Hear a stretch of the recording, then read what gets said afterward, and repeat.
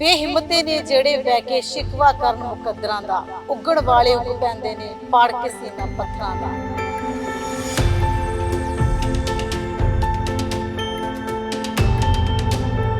Wheel chair ਦੇ ਉੱਪਰ ਹੀ ਇਹ ਆਪਣਾ ਆਰਡਰ ਪਿਕ ਕਰਦੇ ਨੇ ਤੇ ਆਰਡਰ ਜਿਹੜਾ ਹੈਗਾ ਪਹੁੰਚਾ ਕੇ ਆਉਂਦੇ ਨੇ।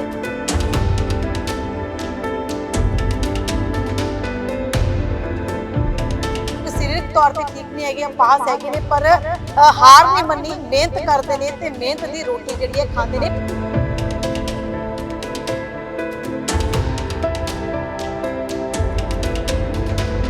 मैं यहाँ 4 साल पहले आई चंडीगढ़ में रिहैब। यहाँ पे मेरा बेड सोर था बहुत बड़ा, मैं बैठ भी नहीं पाती कि मतलब हड्डी में पकड़ लिया था, 4th ग्रेड बेड सोर हो गया था। तो उनकी सर्जरी करवाई इन्होंने, उसके बाद हमारा रिहैब हुआ। रिहैब के बाद उन्होंने इंडिपेंडेंट बना के मुझे स्पोर्ट्स में ज्वाइन किया। कहते हैं ना काम तो काम होता है, तो फिर इसे दिल से और हमें एंजॉय करते हुए हम करते हैं कि बाहर निकलने का मौका मिला, कई सारे लोगों से मिलने का मौका मिला मुझे।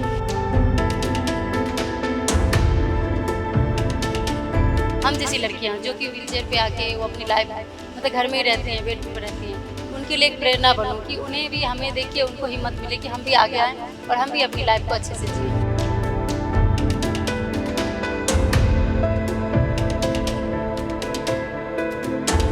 कोई बाईपास या फिर यहाँ पुलिस वाले जो खड़े होते हैं ट्रैफिक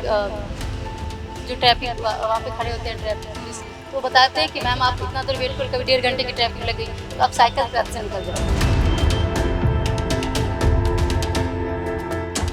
बेहिम्मते ने ਜਿਹੜੇ ਬਹਿ ਕੇ ਸ਼ਿਕਵਾ ਕਰਨ ਮੁਕੱਦਰਾਂ ਦਾ ਉੱਗਣ ਵਾਲੇ ਉੱਗ ਪੈਂਦੇ ਨੇ ਪਾੜ ਕੇ ਸੀਨਾ ਪੱਥਰਾਂ ਦਾ।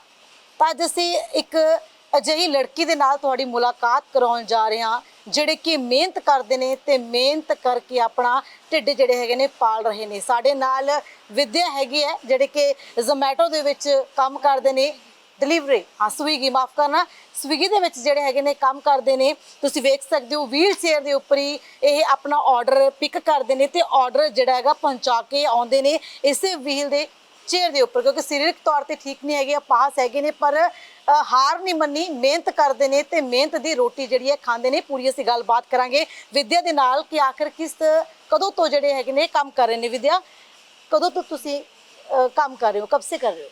अभी 12 डेज हुआ है मैम। 12 डेज पहले मैंने ज्वाइन किया स्विगी और मैं कर रही हूँ। आप कहाँ के रहने वाले हो? मैं ऐसे प्रॉपर बिहार की रहने वाली हूँ, बट मैं 4 साल से चंडीगढ़ स्पाइनल रिहैब में रहती हूँ।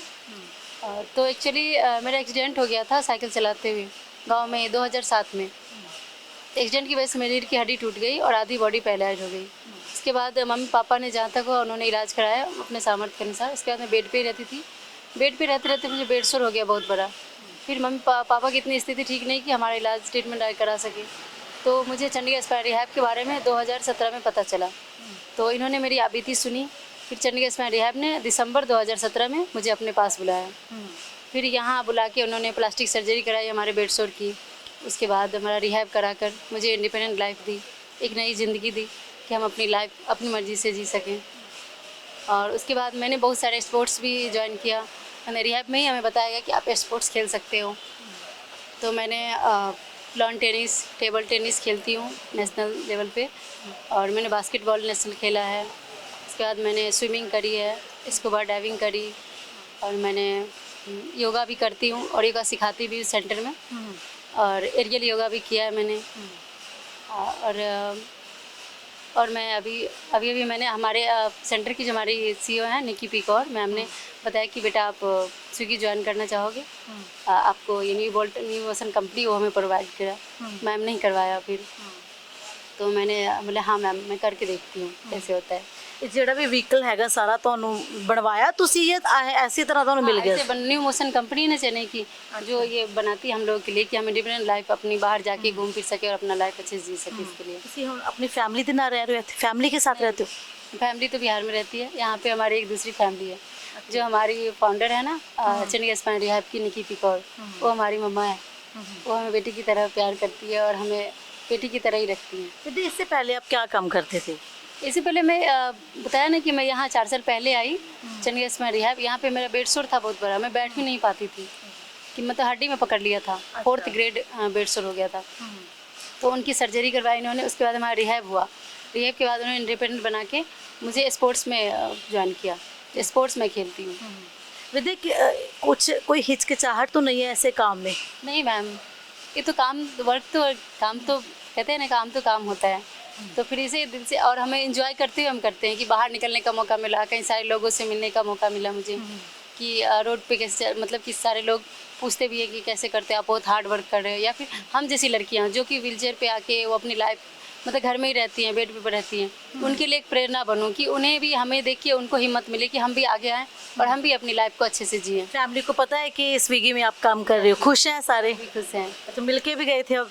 नहीं, अभी जस्ट 12 डेज पहले मैंने ज्वाइन किया है ना, तो अभी मिलने नहीं आए हैं, लेकिन वो लोग खुश हैं। उन्होंने मैंने वीडियो वगैरह सेंड किया था उनको। 12 दिन आपको हो गए, कैसे बीत गए से 12 दिन?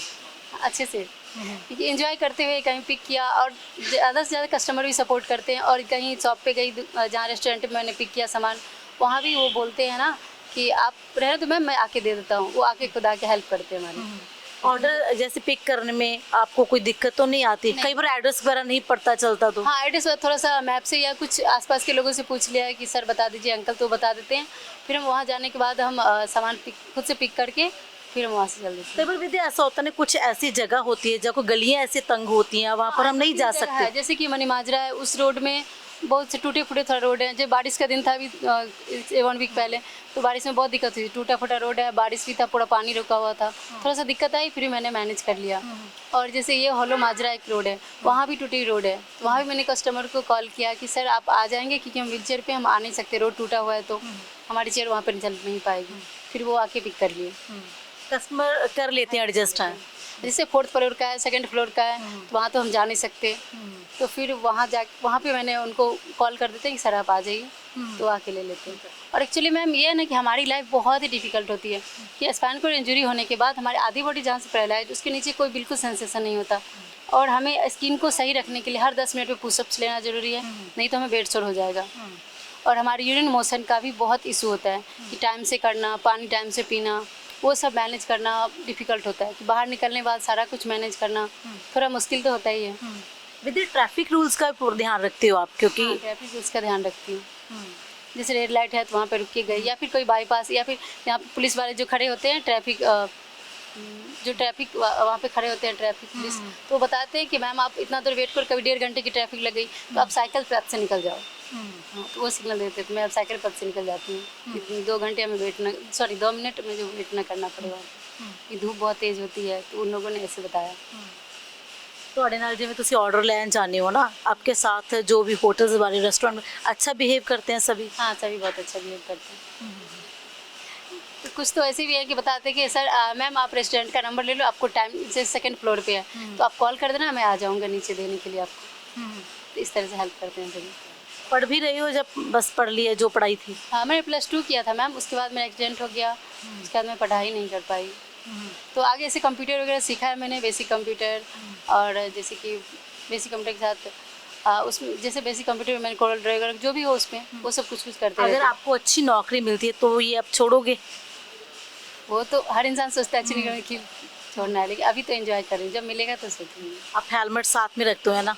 हाँ जी, वो हमें प्रिस्क्रिप्शन के लिए ज़रूरी है, बोलते हैं अपना सेफ्टी ज़रूरी है ना, ऐसे धूप से भी बचाव हो जाएगा, और कभी भगवान न करे ऐसा हो कभी गिरे तो सर पे मिल जाएगी इसलिए। दीदी क्या आप क्या मैसेज देना चाहोगे? क्योंकि बहुत सारे ऐसे लोग होते हैं ना, कोई बीमारी होती है जैसे वो बेड पे चले गए, उसके बाद वो सब कुछ एक उम्मीद छोड़ देते हैं, उनको आप क्या कहना चाहोगे? मैं यही कहना चाहूँगी कि आप देखो अपनी ज़िंदगी से कभी हार मत मानना, क्योंकि लाइफ भगवान ने एक ही बार कहते हैं देते हैं, वो तो पता नहीं कितनी बार देते हैं, मुझे नहीं पता, लोगों से सुना है कि जीवन एक ही बार मिलता है, और कोई नहीं पता किसके जीवन में कब क्या आ जाएगा, किसी को नहीं, ये अपने हाथ में नहीं होता। जब भगवान ने दिया है तो हमें इसे जीना चाहिए। सोचो कभी हार नहीं मानना चाहिए, उम्मीद भगवान पे भरोसा रखो तो सही रास्ता जरूर लगाते। क्योंकि मैं भी 11 साल बेड पे रही, रोती रहती थी, मम्मी पापा भी परेशान, सारा वही मम्मी पापा के भरोसे 1 गिलास पानी भी वही लोग करते, सारा काम करते थे। आसपास के लोग ही बोलते थे ये तो अब बोझ बन गई, बेटी तो एक बोझ होती है, अब तो ये बोझ बन गई है, बेटी तो पराया धन होती है, अब तो ये माँ बाप के ऊपर बोझ बन के जिएगी। बहुत कुछ सुनने को मिलता है, लेकिन बस हिम्मत नहीं, भगवान पे भरोसा रखो। बस भगवान जी को यही कहा कि आप या तो सही रास्ता लगाओ या अपने पास बुला लो, तो उन्होंने सही रास्ता लगाया। कभी मन में ये तो नहीं आया कि मैं ये क्या काम कर रही हूँ, क्या स्विगी है ना, वो भी लड़की हूँ। नहीं, इसमें क्या काम थोड़ी ना कहता है, देखता है कि ये लड़का है कि लड़का कर रहा है या लड़की कर रहा है, ये तो कोई भी कर सकता है। लड़की हिचकिचाती है ना ऐसे कामों से। हिचकिचाना कि ये कोई गलत काम हम थोड़ी ना कर रहे हैं, ये तो काम है कि हाँ ऑर्डर लेना है, ऑर्डर देना है, बस लड़के कर सकते हैं, हम क्यों नहीं कर सकते। हर चीज़ में अब तो कहते हैं कि लड़के सारे कुछ में लड़की लड़कियां सब में बराबर है, तो फिर ये काम में भी बराबर क्यों नहीं हम सकते। धन्यवाद। थैंक यू सो मच, आपने अपने भी कीमती समय दिया हमें और हमारी स्टोरी को दुनिया के सामने लाना चाहते हैं, इसके लिए thank you so much ma'am. अब बाहर जाते हो तो अच्छा लगता है, सड़कों पे घूमते हो, अलग लोगों से बात करते हो। हाँ जी मैम, अच्छा लगता है क्योंकि हम चाहते हैं ना कि जैसे हम बाहर निकले हैं तो हमें देखकर और लड़कियां भी हों, कि ज़्यादा लड़के तो निकल रहे हैं, लड़कियां नहीं निकल पा रही हैं, तो वो भी उनको भी हौसला अफजाई और वो भी बाहर निकले और अपनी लाइफ को एंजॉय करके जिए। और तो फिर आप बड़ा कमाने लगे, अब फिर फैमिली को भी वो करोगे ना। हाँ वो तो है कि हम भी कमाएं, हम भी किसी का, जब हमें आज तक बहुत सारे लोगों ने सपोर्ट किया तभी हम यहाँ तक पहुँचे हैं, तो हम भी सपोर्ट करेंगे सबका, जिनको ज़रूरत हो, जहाँ तक हम कर सकें हम भी सपोर्ट करेंगे। थैंक यू विद्या, आपके हौसले, बुलंद हौसले को सलाम है हमारा। Thank you so much ma'am.